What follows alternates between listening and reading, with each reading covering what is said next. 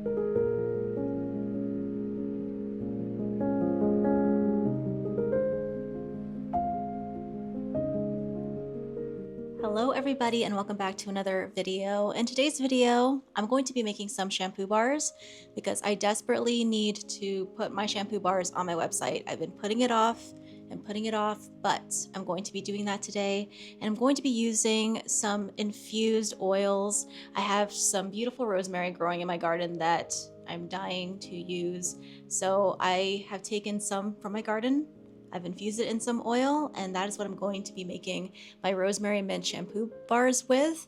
And now you don't need to do that in order to make a great shampoo bar, but I figure since I have rosemary here on this property, I might as well give it a shot.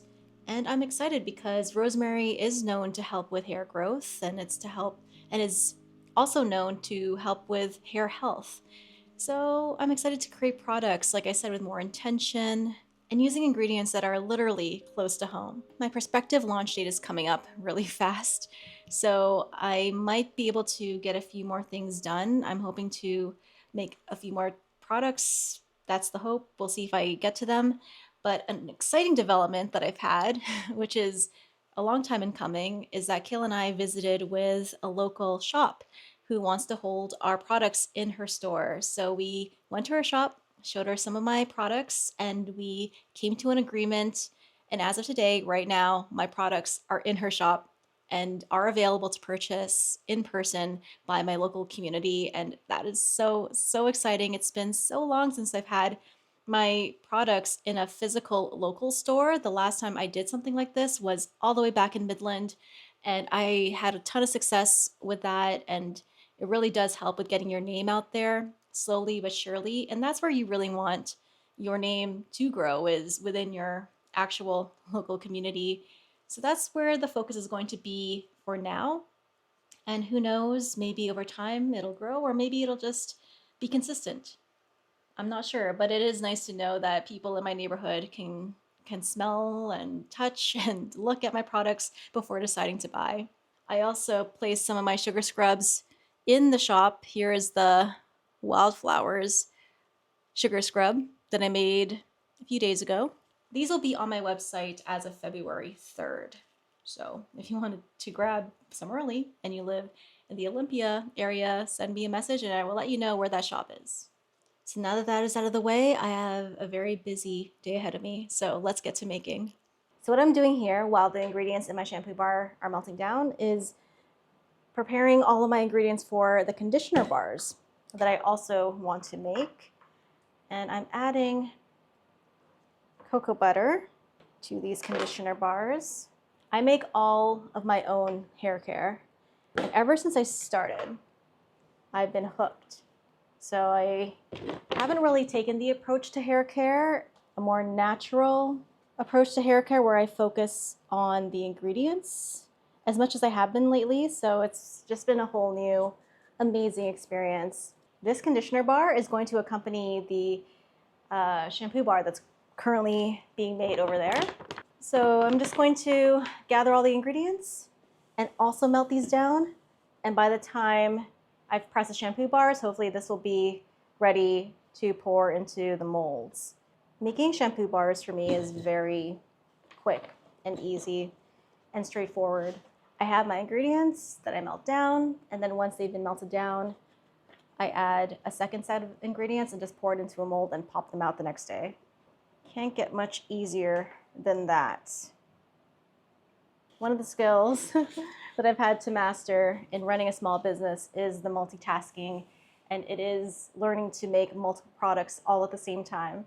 It takes a lot of practice because doing things this way can lead to steps being forgotten or things getting mixed up. So if you are unable to do this just now because you're just starting out, it's okay. You can build up to it and you'll get there someday. Okay, so that is my base. So I'm just gonna get this started on melting down and then pour it when it's ready.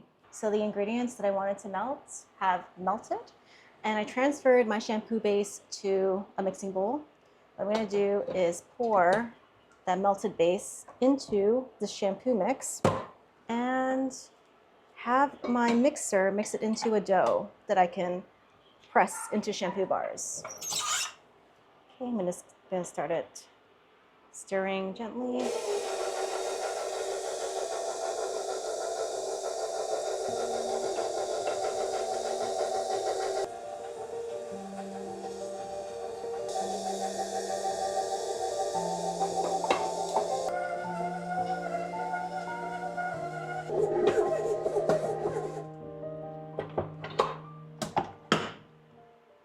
Here is my shampoo dough, which I'm gonna put back into this wider bowl. It's one big clump here. Just push it out. It has the consistency of pretty soft Play-Doh, but it's gonna start solidifying on me here, so I have to start pressing it so that it becomes a solid shampoo bar. Let's have you guys look into here so you can see it. I'm just gonna give it a little bit more of a squeeze with my hands. And then I'm gonna start pressing. So when it comes to pressing, I like to split these into balls that are about 70 grams.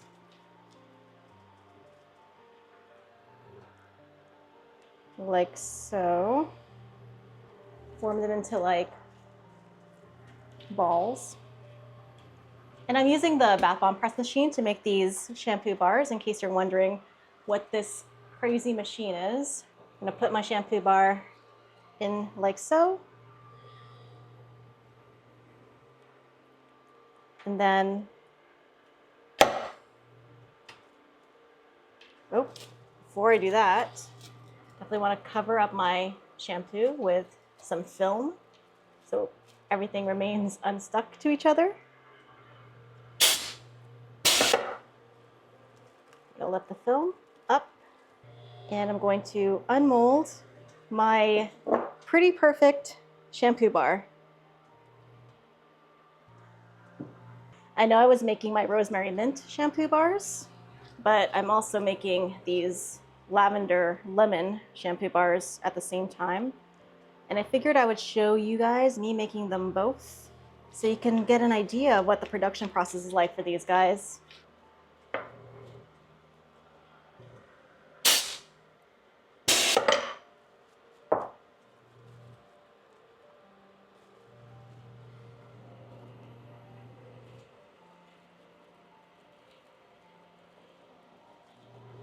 To get it to not be as sticky, I like to spray just a little bit of alcohol along my liner. And that'll help with the stickiness of everything. I'll spray it on the liner that goes on top, like so. And the alcohol will evaporate. Your shampoo bars are not going to smell like alcohol. If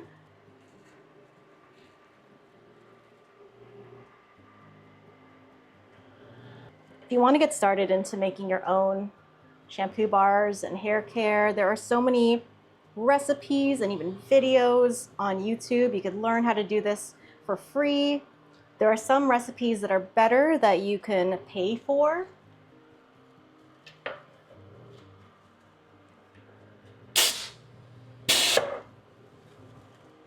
So when we met with the shop owner, she was so sweet. But now we have to figure out how we're going to be displaying our items in the store. The store is kind of small, so we're gonna have to get creative, I think, but it'll be a really fun experience, I think.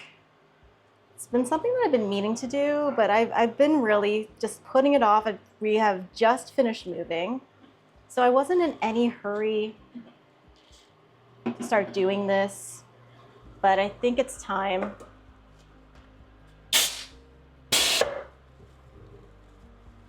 Because I don't think anyone in my area does what I do the way I do it. So I definitely think there's an opening for somebody like me and my products. I was actually pretty surprised that she hadn't had a soap maker approach her yet. She had candles in her store that I think she made herself, but yeah, I lucked out. That's why it's never a great idea to assume things, because you never know what can happen if you just give things a shot. Now, whether or not this will be a good experience or a bad experience, we'll have to see. It is going to be a consignment model, which I wasn't the biggest fan of. The one consignment situation that I was in, I didn't like it because the store was so far away. The store was literally an hour plus drive away from where I lived, so restocking wasn't easy, keeping track of my items wasn't easy, collecting payment also wasn't easy, and the particular store owner that ran that consignment situation was not the easiest person to deal with, and that's important too.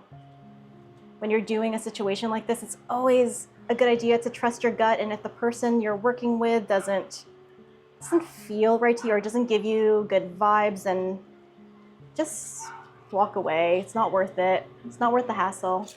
I'm working kind of fast here because the shampoo is solidifying on me, and the goal is to get them all pressed before it becomes too hard to roll up into little balls. I'm starting to hear our friend's dog, Coda, again. He's a bit of a barker. So I'm going to press the rest of these shampoos, and then I'll come back when they're done and then start in on the rosemary mint shampoo bars.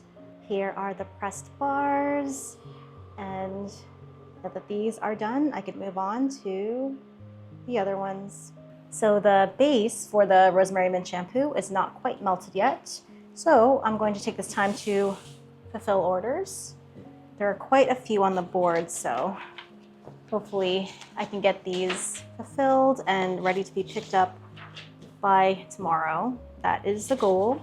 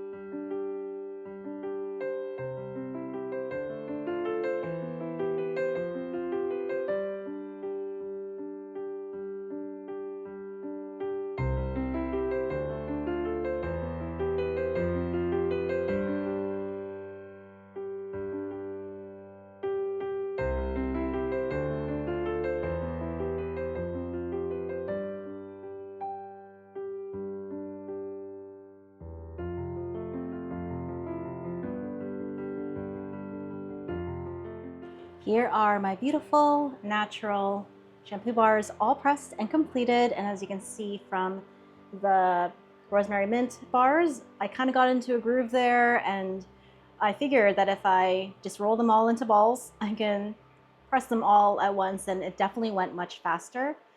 So things like that, when you notice in your process that you can improve, definitely keep trying different things, because that went by really fast. So I'm just gonna put these in the fridge so that they can solidify, and then these will actually be good to use right away, unlike cold processed soap. This is what's considered a syndet bar, where the cleansing aspect, the cleaning aspect, comes from the surfactants and not from a saponification process. So I'm just going to put these away and let them harden, and then complete some more projects tomorrow. But I have fulfilled some orders. I'm getting pretty tired. It's getting kind of close to dinner time, so I'm gonna call it a day for today. So I will see you tomorrow. So Cale and I had a busy week because we had skylights installed in our house, and here they are in progress. And you can already see the huge difference they're making in our living room. The workers were so quick and efficient. They did such an amazing job. And because of this, a lot was going on in our home. It's cold in here, but not as cold as yesterday. Yesterday it got down to 58 degrees.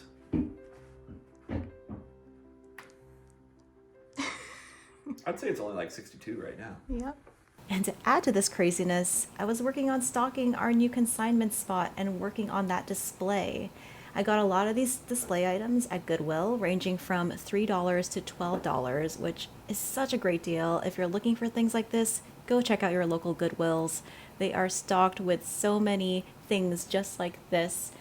I loved this two-tiered metal cupcake stand, which is perfect for the space my products were going to go in. We're starting with a small selection for now, just soaps, scrubs, shampoo, and conditioner bars, but I definitely hope to expand and to add to this soon. This week, I'm going to be so busy with Valentine's Day items, which I will be sharing in real time on social media. So if you're not following me on Instagram, please do that. There's a link below. And also, if you want to get started on making beautiful products like this yourself, my Patreon is an awesome place to be. A lot of the formulas of the products that I made in January, as well as a lot of the formulas of the products that I've made on my YouTube channel, are right there, as well as direct and quick access to me. You can check that out down below.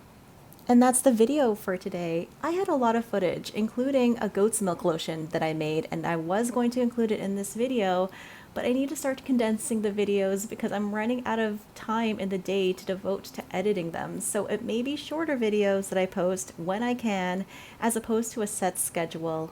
But don't worry, the videos will be coming, as well as some shorts sprinkled here and there, posted in between the longer videos. But that's it for now, and thank you so much for being here. I appreciate you. Until the next video, keep smiling, keep being awesome, and keep making beautiful things. Bye, guys.